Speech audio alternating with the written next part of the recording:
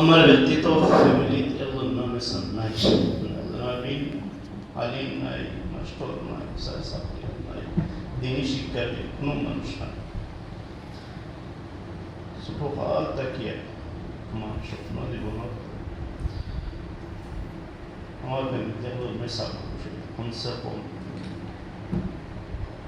নিজেও যদি মারা যায় যে খবর খানো খারাপ হয়ে যায়, দোয়া দূর করতে পারে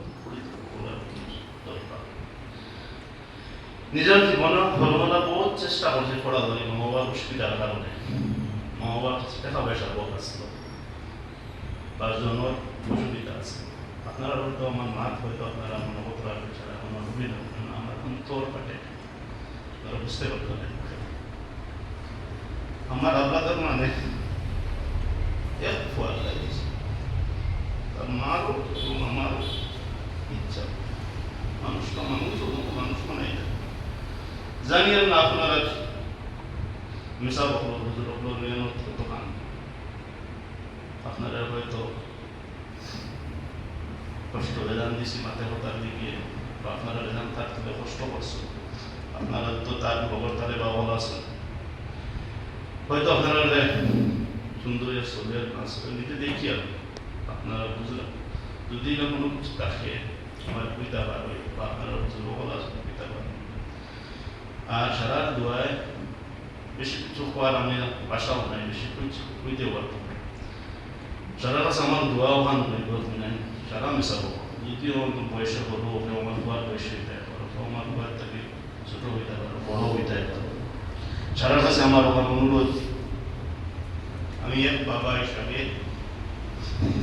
আমার জন্য আসবা ও ওলাতে ঘুরাইতে পারে সারার কাছে দোয়া চাই, সারার কাছে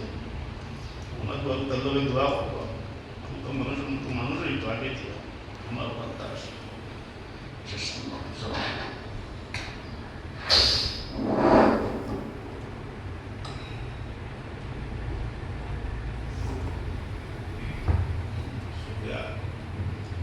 আপনার মনের আবেগটা আমরা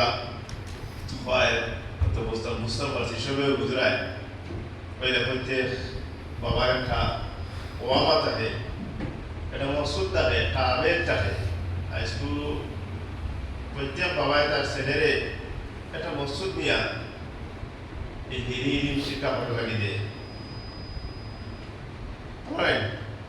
ওইদিকে এইভাবে সবর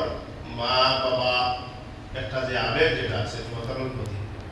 এই আবেগে আজকে ববরুজ্জামানের বাবায় দুই চারটা কথা কইসই, কইতে তো কিছু বুঝবাইছিল না, সবার বাবা বয় একটা মকসুদ, একটা আশা, একটা উদ্দেশ্য যে আমার ছেলেটায় আমি বলার পরে যে আমার জনদান করতে পারে, আমার খবরের ভালো বইয়া জিয়ারত করতে পারে, তিলাওয়াত করতে পারে, সবচেয়ে বড় মকসুদ নেই